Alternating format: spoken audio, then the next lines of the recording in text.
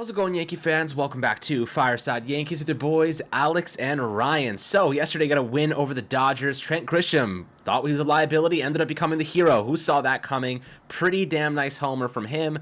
But we're very much looking forward to the return of Juan Soto, and this offense is certainly being fueled by Aaron Judge and Soto's contributions, notably Judge recently, who has been absolutely unbelievable. And honestly, Ryan, it might just be me. I don't know the metrics. I don't know if there's anyone else who's done this before, but this dude might be having one of the most impressive stretches of baseball we've ever seen. I don't know in comparison to other players what they've done. What he's doing right now may be some of the best baseball we see in our lifetime. If he keeps going, then it'll keep going. But right now, this guy has been absolutely unbelievable, unstoppable in a lot of ways, hitting home runs, 15 homers in his last 30 days. In the last 15 days, he has 7 home runs. The guy is just absolutely out of his mind right now. Everything that he sees is turning to gold. Then you look at Soto, who's also in the middle of an MVP caliber season in a contract year. And you look at Soto and you're like, this guy's unbelievable. He's amazing. And then you look at Judge's numbers and keep in mind, Judge had a slow start to the season. You're like, how the hell is he doing this? It's absolutely incredible to have these two guys on the same team. We're going to break it down, give you guys some insight into why these two guys are performing at this level and the numbers that they're producing, how important it is they both stay healthy to keep contributing towards this winning run the Yankees are on, aside from the 2 games against the Dodgers that we obviously lost. But Ryan, before we dive into it, how you doing today, my friend? I'm doing great. You know, as you mentioned with Aaron Judge, I mean, the tear that he's on, he has 18 home runs in his last 32 games. There are only 2 other hitters in baseball that have more than 18 home runs. I think that's Kyle Tucker and Gunnar Henderson. So I just, like, what a ball player he is, right? Like, he has really become, I mean, by far the best hitter in baseball. This is another crazy stat. So, Alex, he had a 209 WRC plus in 2022 when he broke the AL home run record, had the best season by a hitter, since Barry Bonds. He has a 214 WRC plus. Aaron Judge is having a better season than his 2022 season. Isn't that just remarkable? Like, isn't that just an incredible statistic? Over the last 3 years, his slash line over the last 3 years, he's slashing 296, 421, 667. He has a 305 average, so he's one of the best. Like, he has one of the best averages in the league. He has a 703 slugging percentage. Do you know who's second place in slugging percentage? It's a tie between Juan Soto and Marcell Ozuna at 603. Aaron Judge is 100 points better than second place in terms of slugging. That's just remarkable. He is simply the best player on the planet. Let me kind of give you some more, just some more crazy stats. So Mookie Betts has the most F4 in the National League at 3.3. Aaron Judge has 1.6 more WAR than him. Aaron Judge is just lapping everybody. This is Aaron Judge's league. Second place is Juan Soto in terms of WRC plus 190. These two have become the best duo by far in baseball. They are unstoppable. They are, all of the superlatives. They are remarkable. They are, terrifying. They are, it doesn't matter what you do. They will put up runs on the board when they're at the plate. They have a combined 202 WRC plus. They have combined for that. They've combined 202. That's just remarkable. 312, 430, 653 slash line for these two. They're the only 2 qualified hitters in baseball with an OPS above 1,000. This duo is just remarkable, Alex. And I know that they lost the series. It's not like the series was bad. They played a bad series. They didn't have timely hits in game 1, game 2. They just kind of got into the doors beaten off of them, or the brakes beaten off of them. The doors are blown out, all that stuff. But as we get through the season, having Judge and Soto playing the way they're playing can mask so much. Like, Rizzo has been atrocious, so bad. Stan was terrible this series, even though he has been bad on the year. He went like 0 for 13, 0 for 14, like 6 or 7 strikeouts. He was terrible. And the Judge alone was able to mask that in that game. When Soto's back in the lineup, those two can mask it with ease. So, Alex, kind of just tying it back to the Soto-Judge thing, they're just so good. They're the 2 best players in the world right now, and they're on the same team. That's a really good problem to have for a Yankee fan. Just looking at the upside of this offense on any given night, we're seeing what Judge is doing. And it's kind of interesting, right? You see without Soto the last couple days, Judge had 2 home runs in the loss on Saturday night, and they were both solo shots, or one was a 2-run homer. You're seeing, like, this is what we saw back in 2022 when the Yankees were really good, and then suddenly they kind of quieted off, and Judge was just hitting home runs at a ridiculous pace, but they were all solo shots because they couldn't get on base before him. That's why Soto is so important to the equation, guys, because he has an on-base percentage above 40%. And when you have a guy like that, hitting right above Judge, you're going to get that extra run across the board. You're going to get a little bit more from Anthony Volpe. And I think that right now you're seeing even Alex Verdugo was pretty solid yesterday, had 2 hits himself. He's been, one of those underrated pieces on this team that kind of gets overlooked sometimes because of the impact of Judge and Soto. But having 2 guys running for an MVP at the same time is a luxury. It's an embarrassment of riches. We can all agree here, extending Soto is the priority. It's really going to come down to Gleyber Torres leaving. It's going to come down to taking the out in Anthony Rizzo's contract. It's going to come down to, Verdugo walking and then Jason Dominguez sliding back into left field. Gleyber's taking up about 15 mil. Rizzo's about 20 mil. That's $35 million. You really need about $50 million to pay Soto per season. He's already at $31 million. So that $25 million certainly covers, or rather $35 million covers that with some extra money left over. So the Yankees are in a pretty decent spot right now, not to mention, bringing in a guy like Ben Rice, who might be in line to compete. Like I mentioned, Verdugo's making, $6 or $7 million, so that's another, on top of it. You can allocate towards some more bullpen support, whether it's that or maybe you want to go after a third baseman. There's some things the Yankees can do here to upgrade their team moving forward. But, what are you thinking right now about Jason Dominguez? This guy has been absolutely electric in the minors right now in AAA. I think he has, 2 homers in 5 games, something like that. He had 3 or 4 hits yesterday. The guy's just absolutely on fire right now. Boone is getting the questions, are you going to call up Jason Dominguez? And he's like, the guy's killing it, but we don't need him right now, and that's a good thing. If Soto was on the IL, I think Jason would be already up and playing for the Yankees on an everyday basis, but he's not. So I think that right now they're keeping him getting everyday reps, keeping him in flow, getting the experience, and I think that's ultimately what they need to be doing. But Ryan, how do you envision the rest of the season playing out for Jason? Do you think he gets called up? I think they probably call him up late in the season, probably September for the playoffs, have him as that key depth piece, but I don't see why they need him right now. Let him keep getting at bats and reps every single day. If he's on the Yankees, he's probably not getting that right now, but I think Verdugo's been solid enough that we don't need to change him out of left field. Yeah, Jason Dominguez, it's one thing to just be pretty good and play good baseball, that kind of stuff, and get in the Ben Rice is playing really good baseball. He's somebody who's factored in for the call up conversation. But that's because first base is so bad, right? I think if Anthony Rizzo was playing good, it's like a 120 WRC plus hitter even. I feel like we would just be talking about Ben Rice, hey, next year, man, he can really play. Jason Dominguez is tearing it up in the minor leagues. He's killing everybody in the minor leagues right now.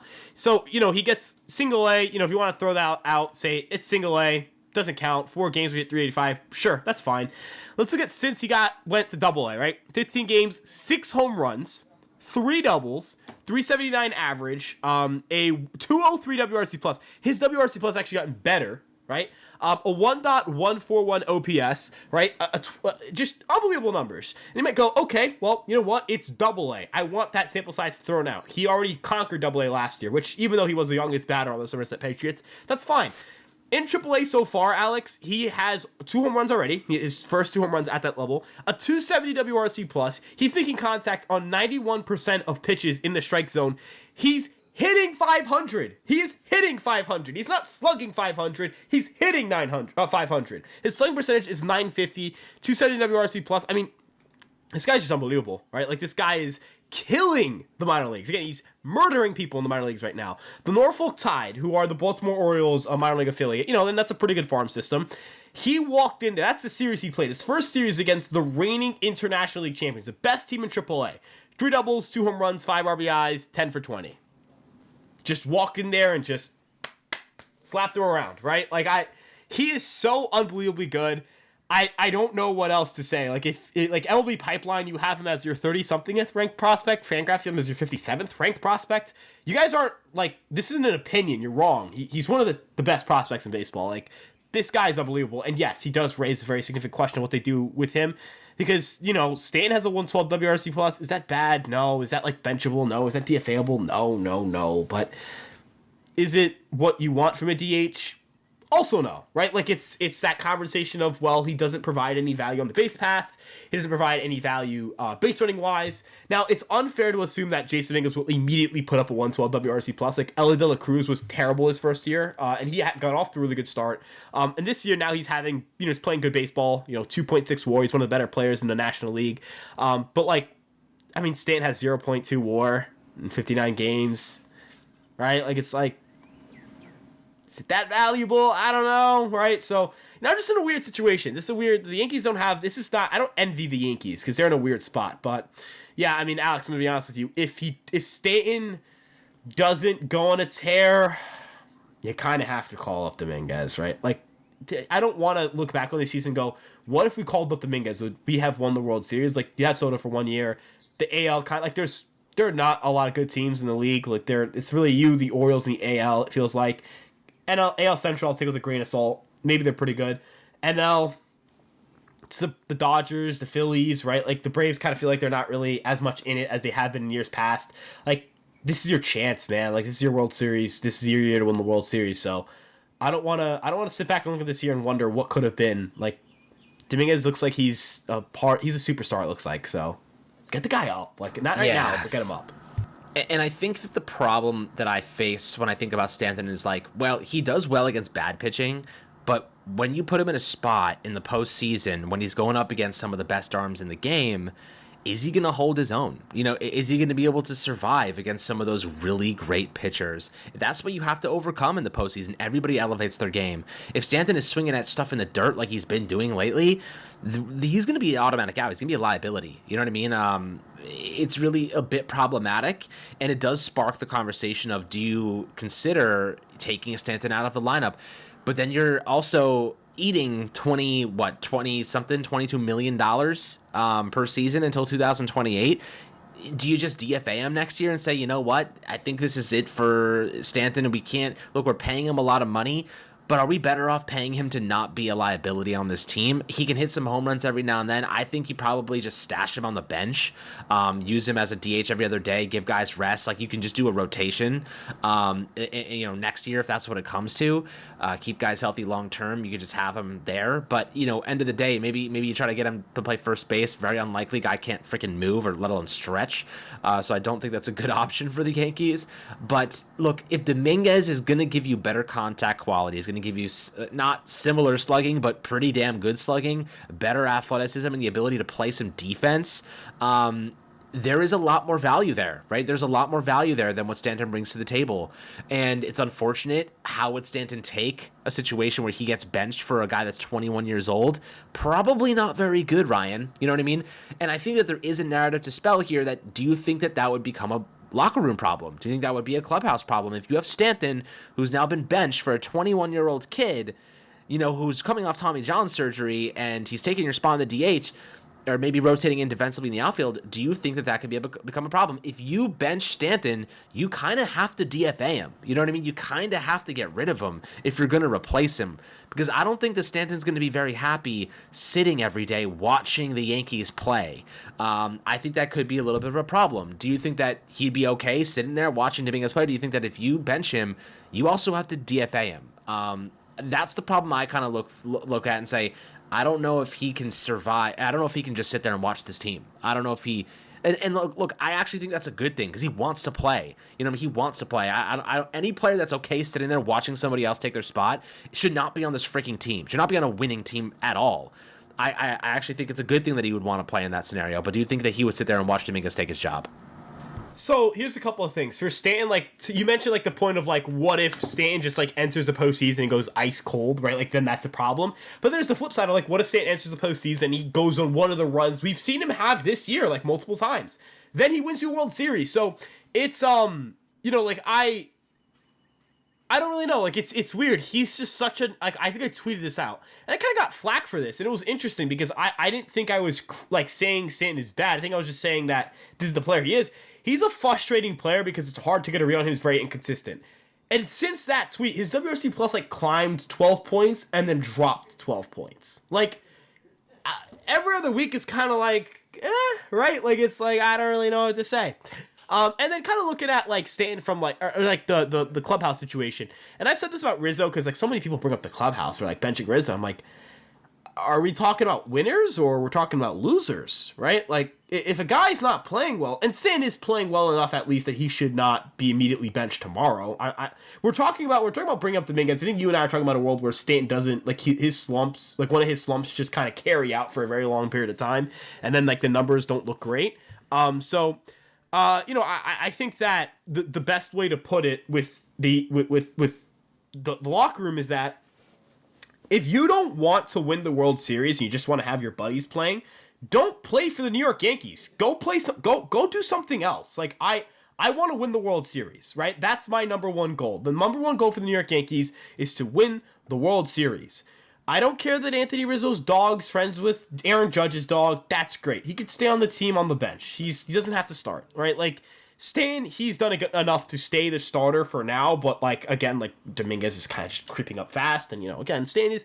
I recognize that Stan is in a slump, and, like, tonight, literally tonight, he could hit a home run and 2 doubles, and we're like, oh, shit, he should start. You know what I mean? So, like, I'm not saying Stan's got to be benched. I think I don't want anybody to misconstrue this episode as that's what we're saying. But like I think the big takeaway here is that like Stan's inconsistent, sure, but like the Yankees just have to do what's best for the team. Whatever that ends up being, they have to do what's best for the team. They can't do if you as a locker room are not capable of stomaching getting better, you don't really deserve to win baseball games. You're not going to win the World Series like that. I don't like. Did anyone cry when the Yankees? Does anyone get? We talk about the locker room. Like Gleyber's a well-liked guy in the locker room. I'm sure if the Yankees get rid of him, that no one's gonna be like, shit, we can't play this year. Like you could point to like, oh well, what about when they traded Monty that disrupted the clubhouse? No, they just sucked. Like Josh Johnson just sucks. Isaiah Kiner-Falefa just sucked. Frankie Montas just sucked and he got hurt. That's what happened. Like it wasn't the clubhouse. These guys just stunk, right? Like I'm sorry if Juan Soto can't hit because Anthony Rizzo isn't playing first base. I just don't believe that. Like the Yankees scored 6 runs yesterday. They made a great comeback. Trent Grisham, dramatic. Bronx goes into the frenzy, home run, and guess who's sitting on the bench? Anthony Rizzo. So you know what I mean? I'm just saying, like if they can't play good baseball because a bad player gets benched. We're not winning the World Series. Like, I'm just going to throw that out there now. They're not mentally, they're mentally tough enough to win the World Series. They absolutely are. But in this hypothetical fairy fantasy land where they can't do it, then they're not good enough to win the World Series. Like, I mean, we're talking about grown men. I mean, we're talking about grown men. We're talking about, like, adults. We're talking about, people, human beings, functional human beings, not people with an addiction to Twitter like myself. Like, they know how to handle these things, guys. Yeah, no, you're right. I mean, look, this is part of the game. It's part of being a professional, so you have to kind of be able to stomach that change if it does happen. But you know what? This Yankee team is pretty dang good, and we didn't win the series against the Dodgers, but I'd also argue we didn't have 2 of our best players in Garrett Cole and Juan Soto. Let's see us matched up head to head with all those guys. I think we're going to be a little bit better than what we were.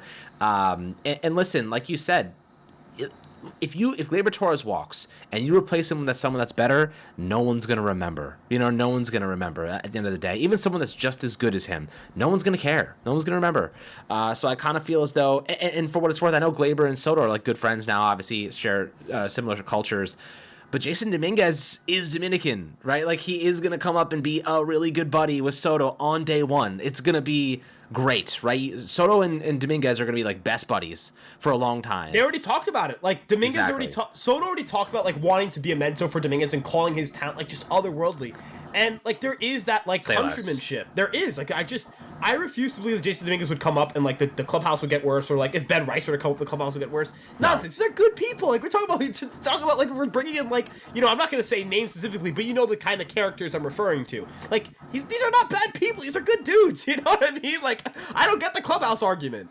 Yeah. No, I think that's totally fair, and I think if the Yankees, and look, Jason Dominguez is like penciled in, like he's cemented. His role is solidified in terms of him starting in the outfield next year. The Yankees bringing in Soto long term on a new extension is a priority for many reasons. But one of the more underrated reasons, Ryan, I think you just laid out, is that he's going to be able to mentor one of the most skilled prospects the game has to offer.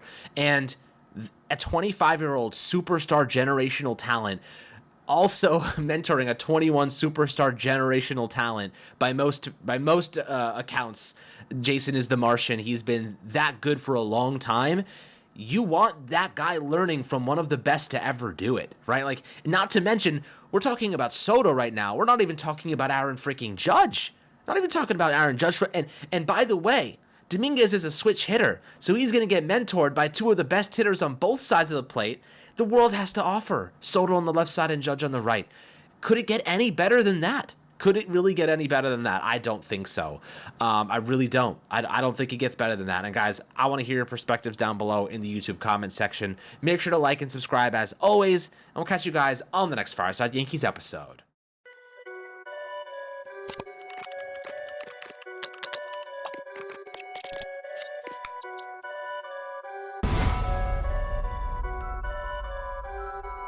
Perfect.